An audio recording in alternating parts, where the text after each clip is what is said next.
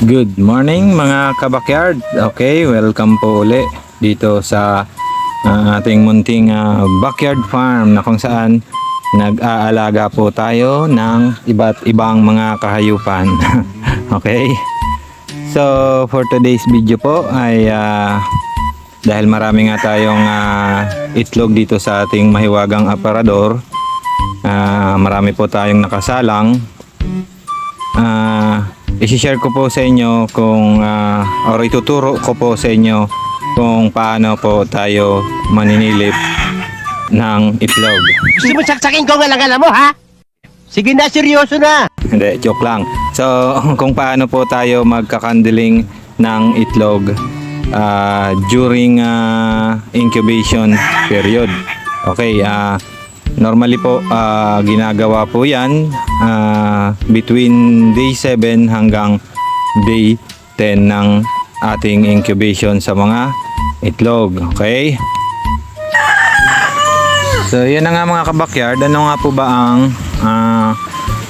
mga dahilan kung bakit kailangan po natin magkandel or sumilip ng itlog during incubation? Ayan, kasi nga po mga kabakyard, dahil nag-incubate po tayo or artificial incubation, importante po na ginagawa natin to. Una po, para ma-check natin kung mayroon pong mga bad egg or yung mga hindi nagde-develop na egg at yung mga nasisira na itlog. Okay, so kailangan po natin kasing ma-identify yan at maalis as soon as possible. Kasi po pag hindi po natin yan maalis mga kabakyard, makakasama po yan dun sa mga healthy na itlog or yung maaayos. Pag napabayaan po yan, babaho yan sa loob ng ating incubator at mataas ang tendency na pumutok. Pag pumutok po yan, magkakalat yung mabahong amoy and then bacteria. Siyempre, damay na po yung mga itlog na maaayos. So, ginagawa lang po to sa mga incubator or doon sa artificial incubation. Sa mga kabakyard, kung kayo ay nag-aalaga ng manok at nagpapalimlim kayo naturally or yung hinahayaan nyo lang po na yung inahin mismo ang maglimlim ng kanilang mga itlog, so hindi nyo na po to kailangan gawin.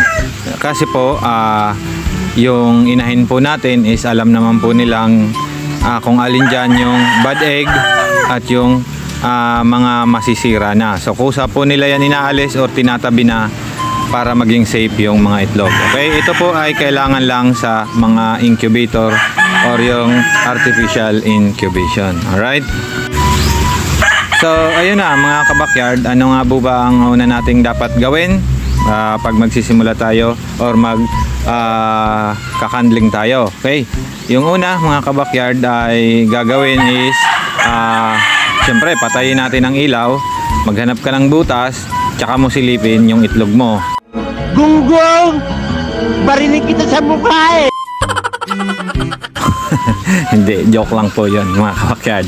So, siyempre, need natin ng candling box. Pwede po kayo nyan gumawa, mag-improvise. Like po nung sa akin is DIY ko lang po yan, makikita nyo mga kabakyard. And plywood lang din po yan, manipis lang din na plywood, binuo ko lang na parang box, tapos may bumbilya sa loob. Okay, or yung ilaw na maliwanag, incandescent or yung puti, pwede na.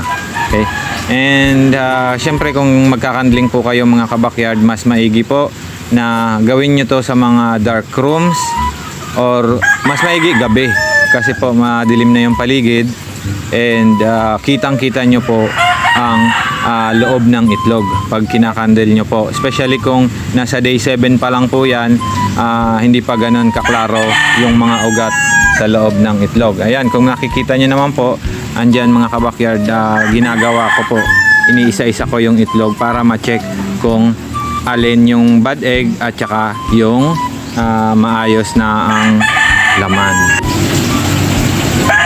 Ayan na nga mga kabakyard, so paano po natin malalaman kung bad egg or kung good egg yung ating mga nakasalang. Ito malaking tulong po to, especially doon sa mga baguhan pa lang na nag-incubation ng kanilang mga itlog. So ayan mga kabakyard, yung mga part na yung itlog na mapula, ayan ganyan katulad nito na mayroon pong mga ugat-ugat na makikita.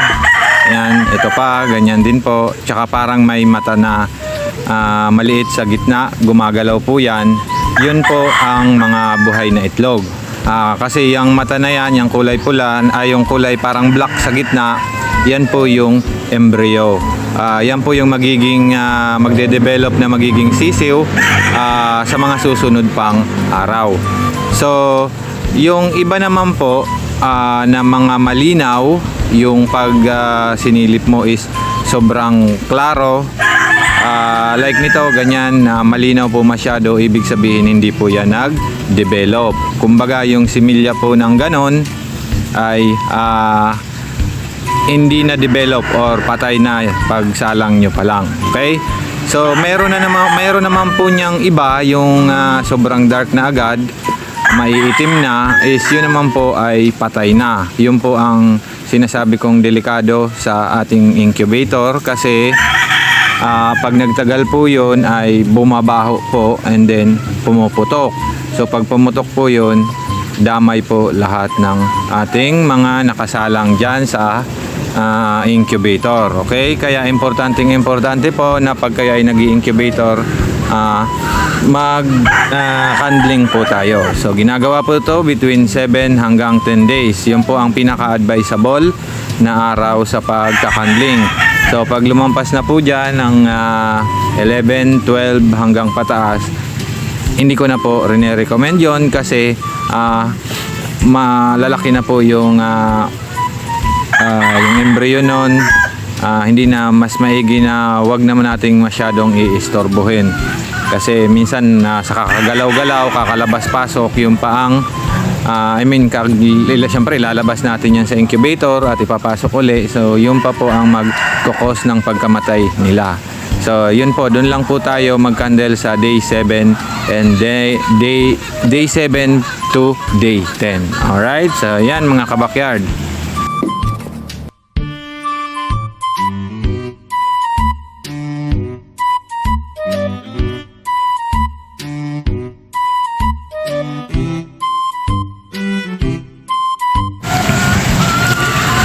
And yun na mga kabakyard, at dahil tapos na nga po tayo, tapos na tayong manilip. Nakapanilip na ba lahat? De, joke lang.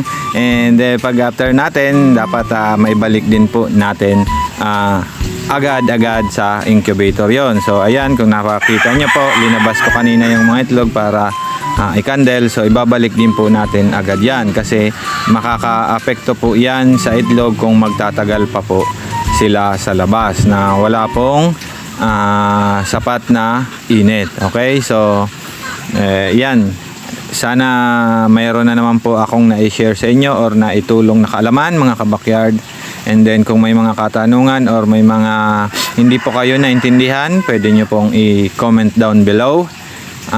Sasagutin po natin yan sa abot ng ating makakaya.